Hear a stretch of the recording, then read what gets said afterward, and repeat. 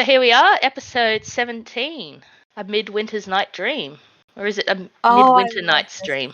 Yeah, this was such a fun episode. I forgot how goofy, Frasier can be, but in a good way. I really enjoyed this. Yeah, I love this episode. It's one of my favorites in season 1, I think. And it's our first Niles and Daphne sort of teaser episode. Exactly. Yeah. You get to see Maris's mansion. Mm-hmm. I like how it's Maris's mansion, but yes. Yeah. Not Maris and Niles. It's Maris. No. Nope. Well, technically it's been in her family, so I sort of see it as her mansion. No, that's a fair point. Would you live there? It looked very cold. I think it would be very drafty. I wouldn't live there, but I would shoot a Gothic romance movie there. Yeah. Yeah, pretty much like this episode, right? Yeah, exactly. Yeah. And one thing I did notice about this episode is not only do we see Maris's mansion, we also see Frasier's nasty, wet hair with that jiggle. Oh, God. It's inescapable. It is inescapable. Him and his hair. Oh, God. It's like a wet, shaggy dog. Yeah, it's his own character. It's, not the Skullet's best look. No. Let's get into it. Yeah. At Cafe Nervosa, Niles has just ordered a coffee from the waiter, Eric. Frasier's about to order his when Niles spots Daphne and excitedly calls her over. Daphne says she's here to buy more coffee beans. Frasier attempts to order again. Eric remembers Daphne's bean order and they start to flirt. Niles spills cream all over the table. Eric, still flirting with Daphne, throws him a dishcloth before they head to the counter together without taking Frasier's order. I like how he tries and fails to put in an order here. Yes. I like the torture for Niles. Yeah. Yes, it's so good. It is so good. And I was kind of disappointed in Roz's choice. I wouldn't have found that guy cute. I felt like he looked like a grimy guy. Like, I don't know. He looks like he's got community college written all over him. I mean, yeah, and maybe it's because I'm wiser now, but I guess maybe if I was in my 20s or in Seattle in the 90s, I think you have to layer all those factors. Okay. Yeah. I have to kind of channel it through my Courtney. Is it Courtney Love? Like that. Yeah. Kind of. I mean, yeah, it was the grunge era, and so I can see it. Yeah, you're right. And Roz probably would have wanted, because she's always gotta be on point at work, so she probably wants to get a little young wild. At heart. Yeah. Yeah, but Daphne agreed to go out on a date with Jimmy, and I wouldn't exactly say Jimmy was anything remarkable either. So I feel like Daphne is. She's just really nice. Yeah, she just says yes. She doesn't know how to say no to a guy. Yeah. So the waiter who plays Eric, he's actually been in a couple of episodes earlier, just as a waiter. So this isn't the first time we see him technically. That is his shtick then, right? Like he's just a waiter. That's just okay. So he's just naturally grimy. And I'm sorry, listeners, you're right. I did say Roz when I meant to say Daphne. Yeah. He just rubs me the wrong way. I just get rage. Maybe because I've been in Daphne's shoes before where I've been dumped by a loser. So I think I over-identified with this episode. So I can't think straight. Well, he's got a band, and according to Daphne, his music's not even that good, so... Yeah, sounds about right. I was like, yes, Daphne, that's right. Niles is outraged that they were flirting, and Frasier asks how things are between him and Maris. Frasier, that man is hitting on our Daphne. I don't know how she stands it. Niles, look, apropos of nothing, how are things between you and Maris? Are you implying that my concern for Daphne's welfare is anything less than pure? I don't know. You tell me. Frasier, that is your great shortcoming. You're always distrustful. You're always suspicious. Sometimes you just have to have faith that people are all right. What's he doing now? I believe he's bagging her beans. Oh. It's not a double standard. I believe he's bagging her beans. I felt like everyone had to channel their inner child, like their inner 12-year-old, because to think of being sexy but talking about beans, you have to be really nerdy. It like immature, you know, it was so goofy. Yeah. I love this episode. It was so goofy. Daphne comes over. Eric has asked her out. She's excited, even coming up with a nickname for him before she leaves. Frasier asks again if his infatuation with Daphne is due to something amiss in his own marriage. Niles admits that he and Maris are in a bit of a rut. Frasier argues that this is something common for long-term relationships and should try spicing things up, boudoir-wise. Niles asks for suggestions, and after a couple of attempts, Frasier is stumped. Exactly. Leave it to the Crane brothers to know how to spice things up. Right? They wanted to try so hard to come up with something. It was just on the tip of their tongue. If only they had the experience. Later at KACL, Frasier asks Roz for advice on what she would do when the romance goes out of a relationship. Roz says she gets dressed and goes home. Frasier prods her to pretend she's capable of a long-term relationship, and Roz suggests fantasy roleplay. Women need to see the men they make love to as exciting, romantic figures. So I say, if you want to keep this woman interested, try creating a fantasy for an evening. Personally, I think you'd make a very sexy gladiator. Roz, this is not for me. It's for my brother, Niles. Oh, well, in that case, make it a gladiola. I think Frasier is a little too hairy. Like, I couldn't picture him, because gladiators are, like, wet, oily, right? Like, they're oily and... I mean, I feel like Frasier doesn't have the physique for a gladiator. Like, he needs more upper body strength at minimum. He's got the height, though. He does have the height. Yeah. He's tall. He's, 6. No, I know. I'm trying to picture, especially with like his receding hairline. Like, oh God, no, because now I'm thinking about that. No. He's not a gladiator.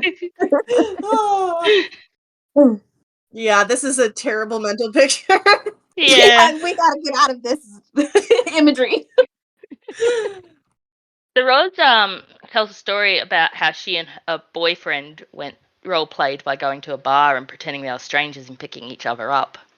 I like that. That's fun. Yeah, role playing is. I think that's a fun suggestion because it allows you to be creative. I guess it spices things up. I've never role played. I guess that's maybe TMI, but you guys, I'm not gonna lie. I really still can't get rid of this horrifying mental picture of Kelsey Grammer as a gladiator. So I'm just gonna wash my eyes out with acid right now. Like with the short skirt and. Oh God. Is it a full moon tonight or something? Oh. Well, I guess it's it's like the episode. It's goofy like the episode. See, this whole our episode is goofy because this episode is goofy. Sorry, listener. There you go.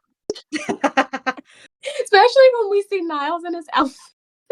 Oh, I can't wait for that part. Coming up now. It's late evening. Frasier is woken up to the doorbell ringing. It's Niles. He enters wearing a long trench coat. Frasier asks what's going on. And Niles removes the coat, revealing he's wearing a pirate outfit. Martin comes out asking what's going on. He sees Niles and says, "Never mind." My favorite thing about this, and I looked this up because it looked too similar. This is the puffy shirt from Seinfeld. Oh yeah. Definitely. I love that. I mean, Niles wore it first. That's hilarious. Actually, I think I think it was Seinfeld first by about 6 months. Really? Yeah. Oh, all right. That's even funnier. Yeah.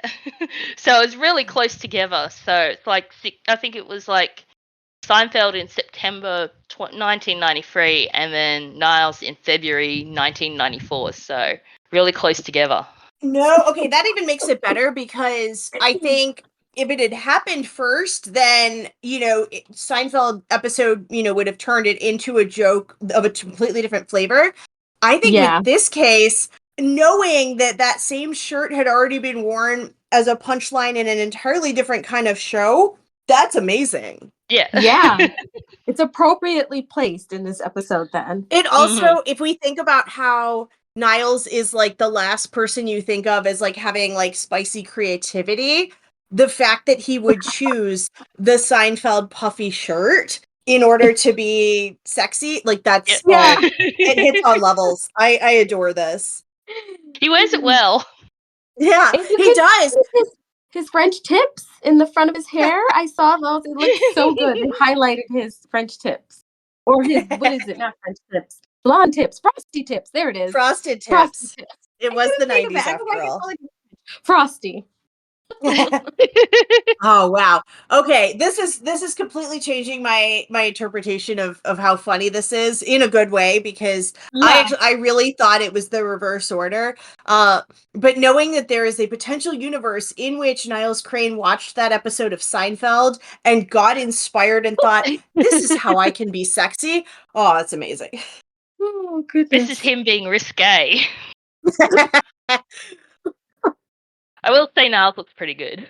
Oh, He pulls it definitely. off. He pulls it off. Yeah. Mhm.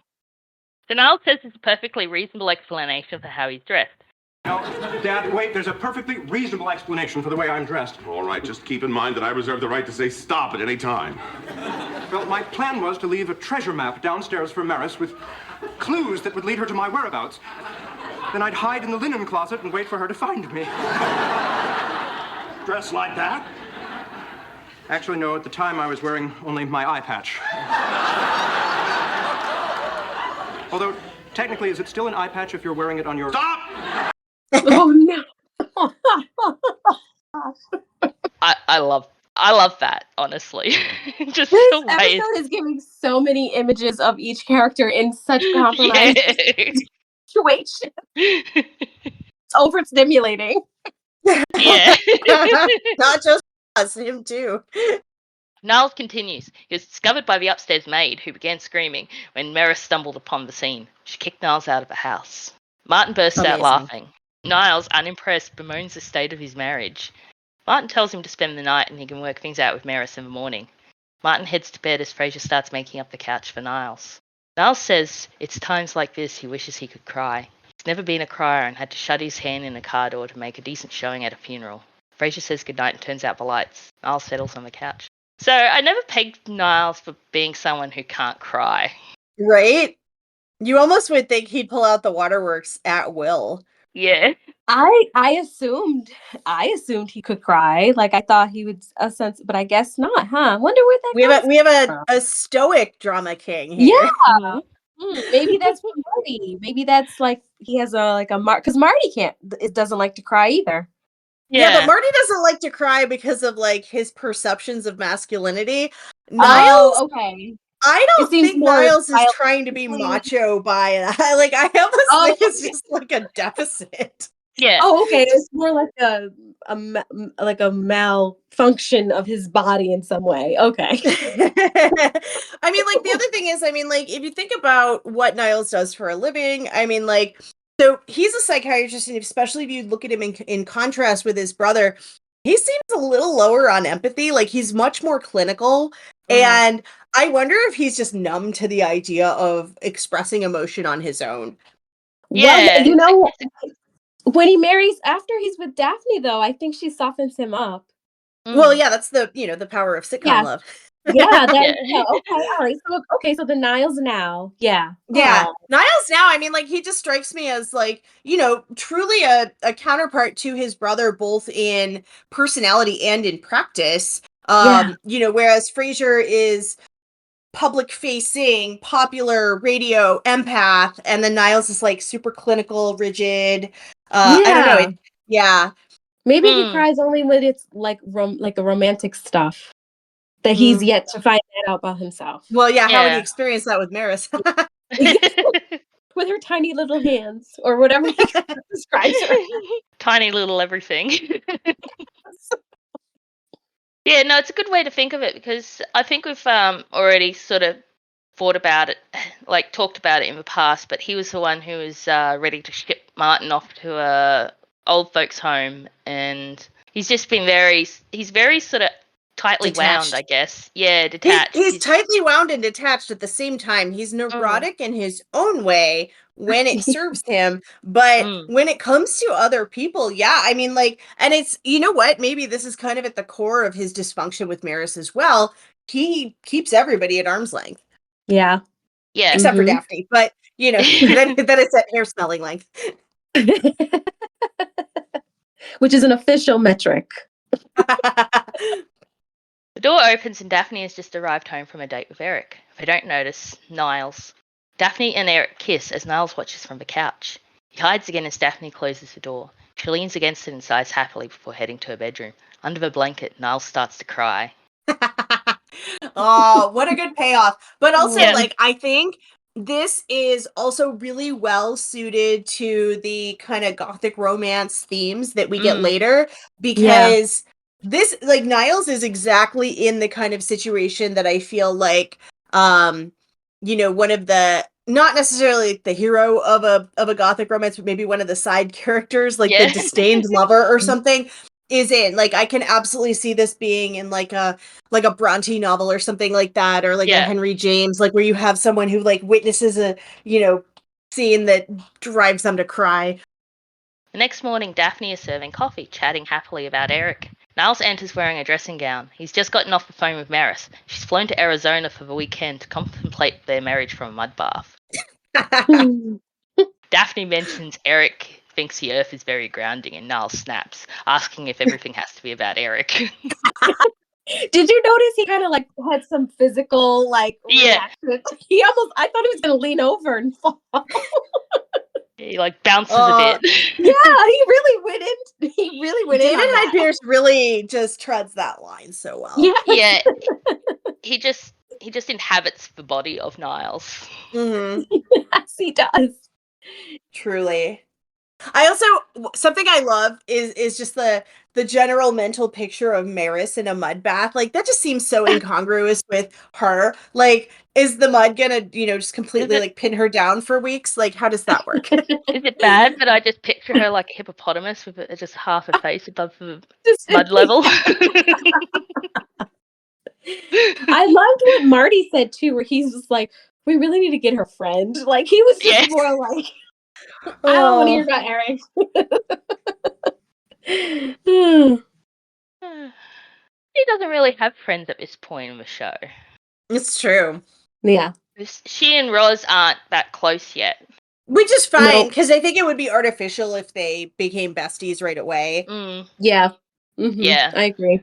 Because Roz is still kept fairly separate from Frasier's home life at the moment. So she's delegated basically to KECL. Mm-hmm. So it's not until later where she starts sort of crossing that line into, I guess, when they're trying to incorporate Roz more into an episode. Because Roz isn't in this episode very much at all. She was just in the one scene at KECL. I found that's the limitation they found with Roz early on, was if she's stuck at KECL. So they started sort of crossing that line and having her be more part of the everyday life at Frasier's apartment and at Cafe Nervosa. Right. Yeah. Yeah. Which at times seemed weird, because I was like, Frasier, do you always want people at your house? Like, I wouldn't want people to, like, my house to be like a part of their end of day routine. That would stress me out. That is such a sitcom thing to do. I think, you know, like, well, I think in real life, I mean, especially in the 90s, there was that concept of the third space. But yes, which we've talked about right. But on sitcoms, you know, with the exception, I mean, like, even Cafe Nervosa, they don't really spend all of their time there. No. It's not like Central Perk was to Friends. And so, yeah, I mean, Frasier's apartment kind of is the second and a half space. Yeah. Well, I think Frasier sort of gave up on the concept of space and privacy in episode 2. So true. Yes, because in a way, it's kind of like sometimes it feels like his living room is like the lobby. Like Niles will be in there, and Roz is like everybody. I would be so irritated by that. I mean, it comes with the territory when you have a condo that's spacious. True, and with a beautiful view. Frasier says when Maris returns, they should go to couples counselling. So I think they mentioned what type of Frasier mentions what type of counselling he thinks they should go to. What was it? Reikian. Is that like healing energy? No? Yeah, it was like it reminds me of Reiki, which is like when they like use the energy and stuff. But you know what? Maybe in the 90s though, that was like, you know, the thing. I can maybe picture him kind of reading about that in some kind of news article or something, and it being like the new trend and he's passing it off as something that he knows, maybe? I don't know. I was not Maybe. familiar with it. I'm not either, and I get a lot of the psych and therapy references, but that one missed me. So who knows?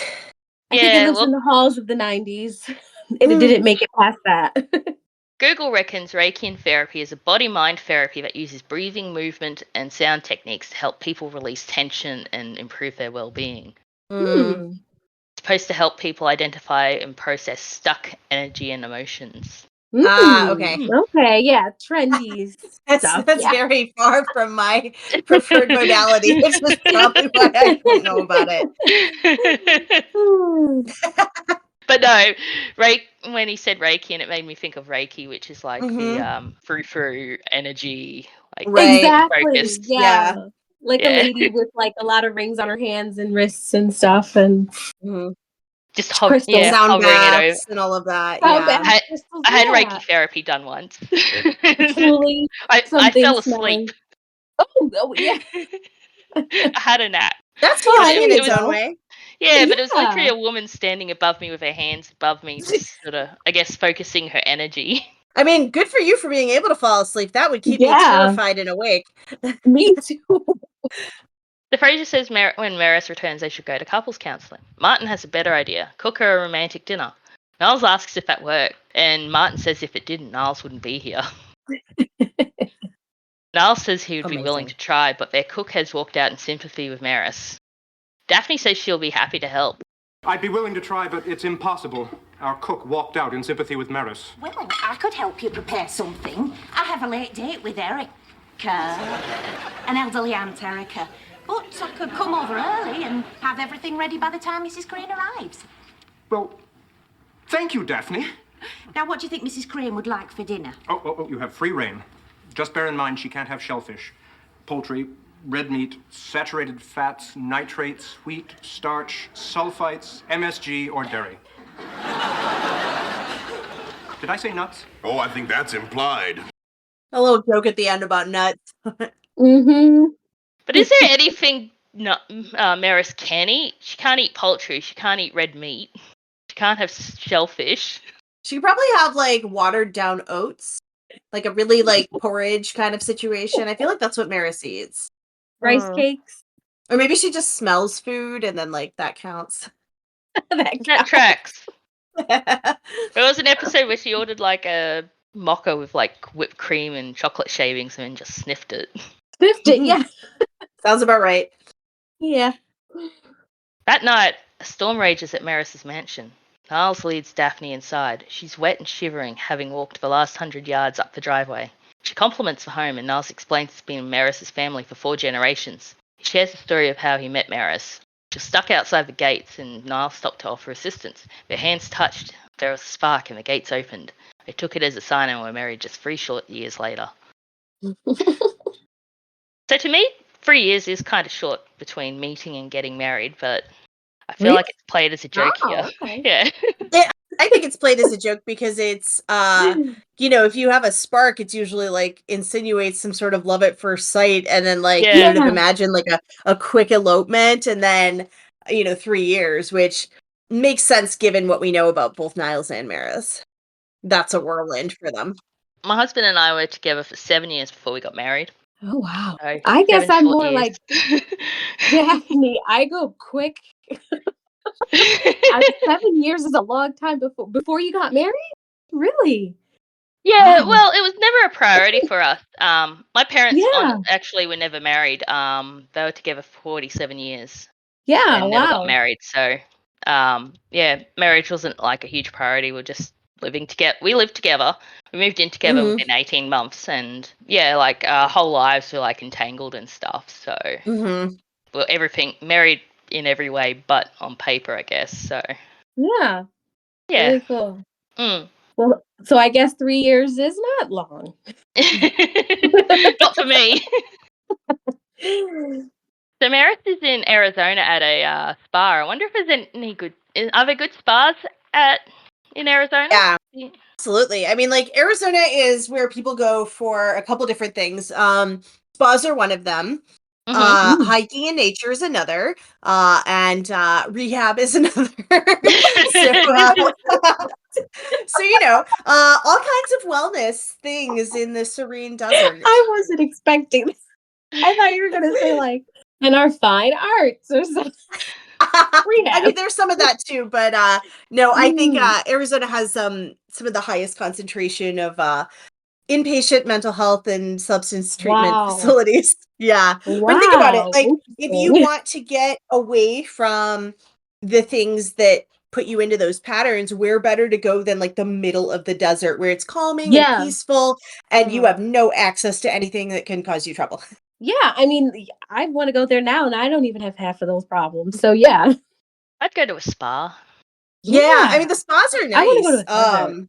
I want to go away. I mean, it's calming. It is calming. Mm-hmm. Just not in the summer. Don't do the summer. Don't come here in the summer. Daphne notices a clock.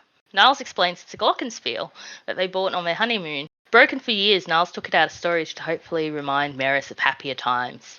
Niles gets up wanting to get started on dinner so Daphne can make it home in time for her date. When Daphne starts crying, she and Eric broke up. She buries her head against Niles' chest and he starts to comfort her. Phone rings. It's Maris. I do like when the phone rings, how he like lifts up tries to shush it. I liked his body movements. It was reminding me of the character Mr. Bean. You know how like his physical comedy? I loved it. I really enjoyed it. It was like it gave off like a British physical comedy kind of vibe, and I really enjoyed it. Yeah. That tracks for Niles. Mm-hmm. The phone rings. It's Maris. Niles jumps away from Daphne. Maris is still in Arizona due to the storm. Niles, still tempted by Daphne, tries to get Maris to change her mind without success. He hangs up and says it'll just be the two of them as the storm cuts for power. Dramatic. Mm-hmm. Yes. And instantly romantic, though, right? It is, but it's like in spite of Niles, it is, Like, I think it's... he is almost, obviously we know where his feelings are, but he is doing everything possible to make this as unsexy as possible. And then everything in the universe is just like, you're wrong. Yeah. Back at Frasier's apartment, Martin is on the phone to Daphne and tells her to spend the night at Niles's. Frasier doesn't think it's a good idea because of how Niles feels about Daphne, but Martin thinks it's just one of Niles's crushes. You told her to spend the night? Yeah, what's the problem? You know how Niles feels about it. Oh, relax. It's just another one of Niles' little crushes. Oh, I suppose you're right. Niles is harmless enough. Besides, he'd never try anything with Maris in the house. Oh, Maris never made it back. She's stuck in Arizona. I gotta get Daphne out of there! God, it's a recipe for disaster! Got a vulnerable woman and an unstable man in a Gothic mansion on a rainy night. The only thing missing is someone shouting Heathcliff across the moors. Wait for me! Oh, Dad, you're not coming. Yes, I am. No, you're not. Amazing. I love how well they know Niles. Yeah. Like, they're just like, oh, the last safeguard is gone. Like, and Niles is like being his version of a hound dog, and they're just like running to go get him, and it's just so funny. I know, he's wearing this like red smoking jacket, and he's just And I love how they're walking out the door arguing. They're in the car arguing. It just keeps getting. This episode is so funny to me. It's like escalating jokes in this. It's the same joke, but it builds so steadily, and it doesn't get old because it just keeps ramping up. And it's silly but logical at the same time. And I think that's what keeps the episode. It makes the pace really enjoyable because every scene there's a little bit of kooky. I love it. Meanwhile, Niles is playing the piano. The song he's picked is very sort of dramatic, isn't it? Daphne comes down the stairs wearing a silk nightie. Niles notices what she's wearing and immediately plays off key. He asks why she didn't get something bulky from Maris's wool collection, but Daphne says this is the only thing that fit. Flustered, Niles runs off to make a call. Danger zone. Yeah. He's just there, like, rubbing her arms, just, like, soft enough, silky enough. Did you catch the little bit in the end where she's leaning forward? And yeah. That was so cute. Poor Niles, he's going to have a heart attack. I know. Makes you wonder if Maris has ever done anything sexy in her life. Probably But then not. question, if that outfit was in her wardrobe, Mm. has Niles seen it Sure. before? Good question. Or is this brand new with tags kind of situation? You're Well, right. it sounds like it's bigger than Maris's other clothing, so maybe she's never worn it. Mhm. I don't know. Would you prefer to stay wet instead of putting on lingerie? Oh, I pick the lingerie every time. I have a theory that Daphne was receptive to Niles in this episode. 100%. Yeah. You don't like. Here's the thing. Like, I think like at some point there's a fire going. Like, she could have just stood in front of that and dried off. She made a Yeah. choice. Mm-hmm. But she's vulnerable, as Frasier said. She She's is. vulnerable. Mm-hmm. Yeah, it's true. She just got dumped by Mhm. grungy, maybe hot guy. Yeah. Right. So, her ego is a little wounded. So, Mhm. sometimes you want that little, validation. Yeah. I have a theory that up until this episode, Daphne wasn't fully oblivious to Niles' flirtations. Like, she noticed it a couple of times in episodes leading up to this. Mhm. So I feel like she has a bit of an awareness, and they're both here, and they're both hurt, and they're both... Mhm. It's a vulnerable situation. Yeah. Yeah, But he came I across agree. beautifully. I mean, Niles lays it on so thick that like she would have to be an actual idiot not to notice at least one, if not all of these moments. So, Mhm. yeah, like she's kooky, but she's not dumb. And maybe she felt even more attracted to him because he was showing restraint, which is Mhm. sexy. It can be very sexy when a man Mhm. Like shows this is a man restraint. who shows respect. Mm. Exactly. Yeah, I kind of looked at it that way. Frasier's apartment, the phone rings and the machine picks up the call. Niles is frantic, saying he's having a large crisis before realizing no one is there and hangs up. I like how Eddie's just watching the phone. Gotta get a bit of Eddie into the episode. You got it. Yep. Frasier's BMW. Martin still doesn't think anything's going to happen between them.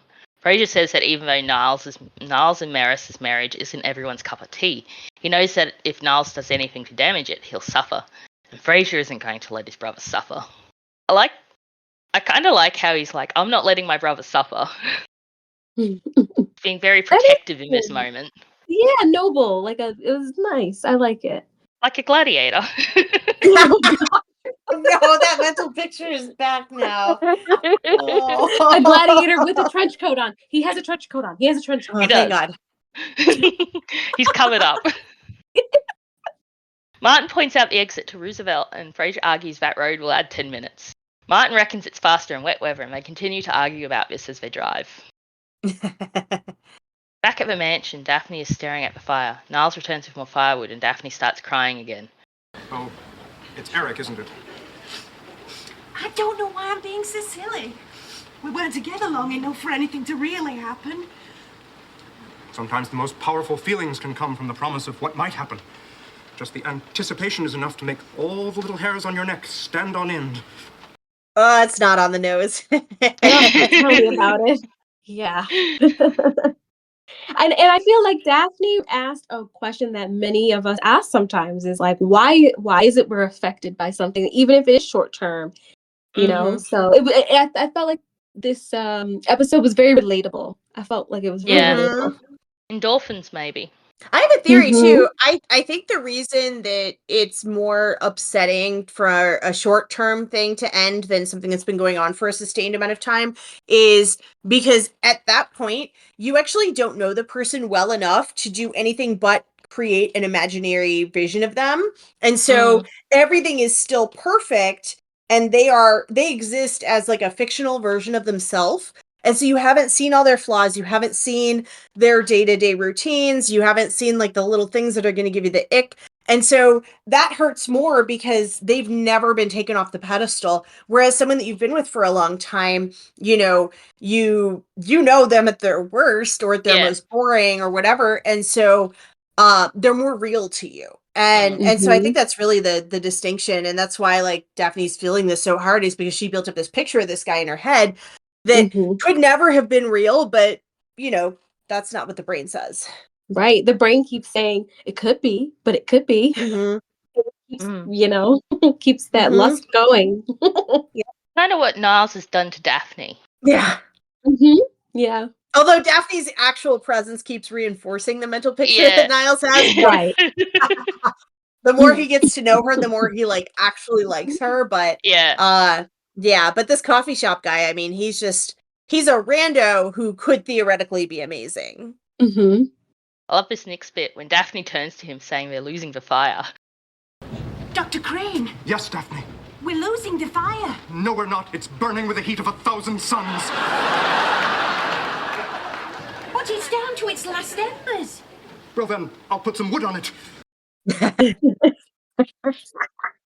Oh, this is one of the best all-time Nilesisms. Like, Oh my lord. like if you have to make like a super cut of Niles, like this needs to be in it. Yeah. I love how he says it with his chest. If you notice, he puffs his chest out and He says does. it. Where was the puffy Like, shirt then? yeah, you knew he meant every word of that. It was like a Harlequin cover of a book, Mm. Uh-huh. Those romance novels that the little ladies liked to read back in the day. His heroic moment, yeah.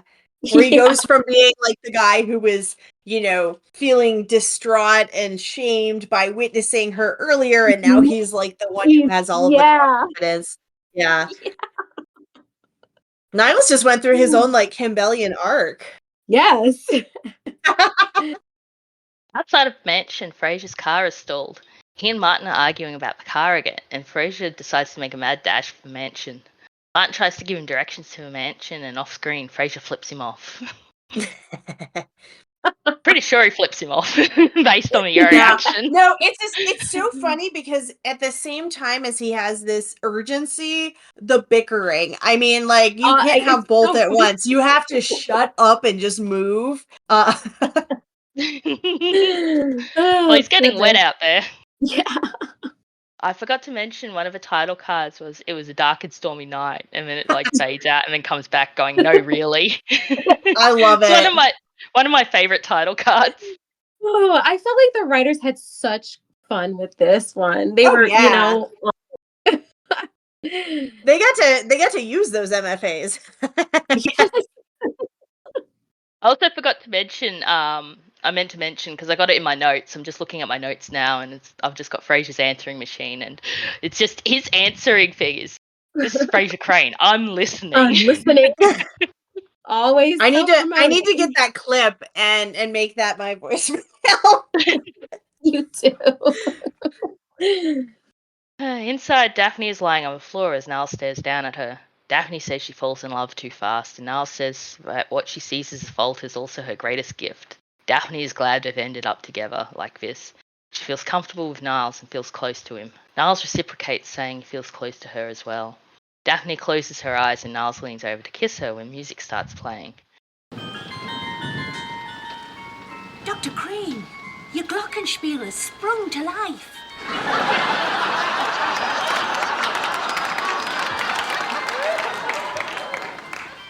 Oh, the clock! Oh, I will say Sir David Hyde Pierce does a wonderful job of acting lustful. He really nails it. Like it's not creepy, it's romantic but gentle, and like it emotes very well. He does such a good job of being lustful. I love his body language. It was amazing. Such good acting. Yeah. I just love the metaphor here where the glockenspiel is it's very evocative of Niles. Something else. And it even sounds like it's something dirty. Like even saying it sounds dirty. Oh, amazing. Confused him. I love the long pause while he's trying to work out what she means. Yeah, he goes, "Oh, the clock." It's almost like the shushing of the telephone. He's like, "Oh yeah, that thing." Yeah, I feel here it's impossible for Daphne to have not seen Niles about to kiss her. Yes. Oh yeah. You cannot. No, have... that's clear. Yeah. So Niles is surprised and says that Merith will be delighted to know the clock's running again. Uh-oh. He really does love her. Sometimes love is exciting and passionate, and sometimes it's something comfortable and familiar. Does he love her? I don't, or does he love the idea of her? Mm. I feel like it's complicated. I do feel like he still loves her Yeah. at this point. Yeah, true. And I think it's more than just what she offers him. Right. But also remember, this is a guy who like has such challenge expressing his emotions that like it takes a big thing for him to cry. So I could also see that extending to other kinds of emotional expression. Good point. Do we think Maris loves Niles? Good question. I don't know. I don't think so. I wish facial I don't think expressions so. could come through on a podcast. I don't, because I feel like with love, part of it is being in each other's lives, and she seems to always be so absent. Yeah, absent, or I would even extend it so far as to say withholding. I mean, like she just, Yes. I don't think she loves him. Or if she does, she has a lot of things that Or she needs to work on. Yeah, or her version of love is not compatible with what It's he on the needs. dysfunctional side. Yeah, it's on the dysfunctional spectrum. It makes you wonder what she gets from Niles by keeping him around. I guess just a companion when she needs it.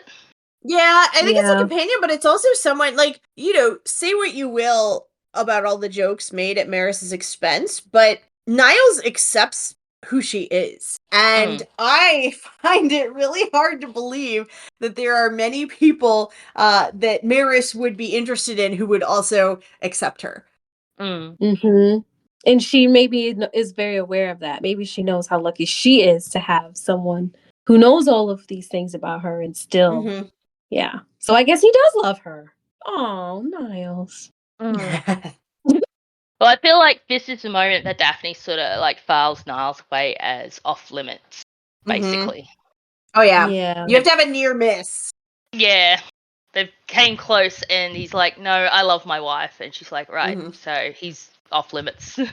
But he gives her great advice, which is beautiful too. And I thought that was so poignant the way he worded it for her to Kenny say, like, you deserve this too, and you will get it. And that's a nice send off. Daphne hopes that someday a man will love her that way. Niles assures her that someday someone will, as soon as the gods create him. I just need to take that as a very deep compliment of how much she deserves and not a very creepy remark about age. Exactly. Through the window, we see Frasier has reached the mansion just as Daphne leans forward to kiss Niles on the cheek. He pounds on the windows, yelling to stop at the top of his lungs. He bursts in through a side door, and Frasier tells them they'll regret things for the rest of their lives. Two of them Can we alone. just pause for a second? I want to just go back to the part with the way Frasier arrived at that window at the door, and then like some lightning in the back. He climbs over like a railing, and it definitely was giving like Sideshow Bob energy. Like it was just so highly dramatic. Yes. He did it so well. Heathcliff across the moors moment. Yeah. Love it. Oh, now I have another bad mental picture. Kelsey Grammer cannot be Heathcliff either. No. Moving on. It's not as scarring as the gladiator one, but no. Daphne laughs at the misunderstanding before getting indignant. She repeats back what Niles had just said about Maris, although not quite right. Well, the two of you here alone, the fire, the candlelight, the nighty! Dr. Crane, you didn't think that Dr. Crane and I were... Dr. Crane! You have some nerve to imply that your brother would do anything so deplorable. Why, just moments ago he made a beautiful speech about how much he loves his wife, how he cherishes her excruciating little face, and how they laugh at white people. That didn't sound right. Close enough. I love that. I had to play it twice because at first I said, did she say it right? But her reaction, I love the way her reaction was because it kind of tips off that, like you said, Jen, that she knew what was about to go down. Because I felt like she came in just a little too hard. Like she protested a little bit too much. You know what I mean? So I think she wanted to kind of like come to Niles' defense because there's no way, like we said, she didn't know what that Right. his intentions She were maybe knew, and less. she Was also down for wanted it. to, yeah, but she Possibly. wanted to preserve the respect Yeah. around Niles. Yeah. You're right. Yeah. It's like they put each other back up on the pedestal. Exactly. Yeah. Aw. I really like this episode. Okay, sorry. Go Me ahead. too. I love this. Frasier starts to backtrack and says that what he meant was they shouldn't be sitting in silence. He asks Niles to join him at the piano as Daphne goes to pour them some wine. Frasier asks Niles if everything's okay, and Niles confirms it is. Frasier, my glockenspiel is working again.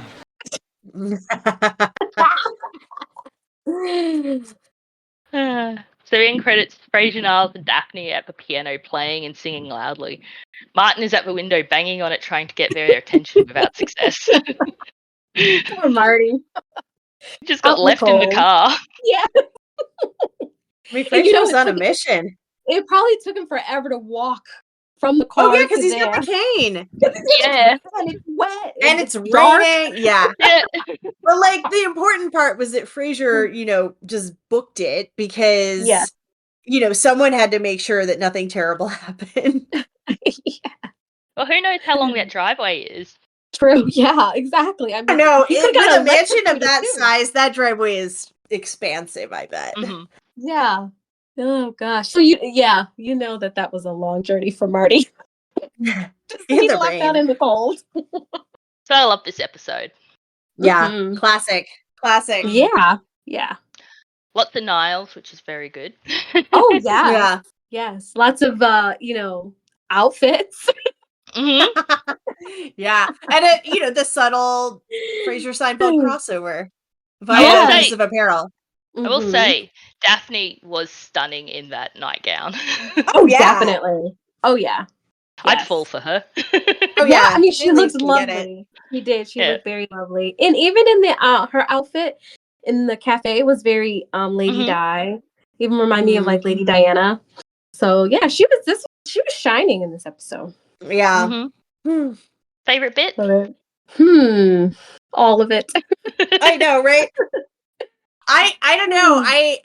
I think it's the cumulative effect of all of the Gothic romance literary things, but packaged in a sitcom format, which is really such a different spin than you usually get with that kind of content. So I think that's my favorite thing is that they took all of these tropes from that literary genre, and then they were like, but what if we made it comedy? Yeah. Yes, and it worked, and it still works. It was such a pleasant episode to watch. Oh yeah. And it didn't give off any cringe. Like, sometimes when we watch some of these episodes, sometimes things are said and you're like, oh, but this was a very pleasant. It wasn't I think it still too holds up. Mm-hmm. Yeah. Yeah. Like, given what it is, and given Niles' infatuation with Daphne, I'd never feel uncomfortable with it. Right. It's adorable. It stays, as long as it stays that adorable, you're good. Mm-hmm. Yeah. They Take do it notes, well. boys. I do like the reveal of Niles in the pirate outfit. Oh yeah. Pirates of the Caribbean. Amazing. I also, but even more so than the actual visual of him in the pirate outfit is his retelling of him being kicked out of his house. Like, so funny. Yeah. Yeah. Great job. Yeah. Another good one. Yeah. Next episode is And the Whimper Is. Oh, my favorite comes back. I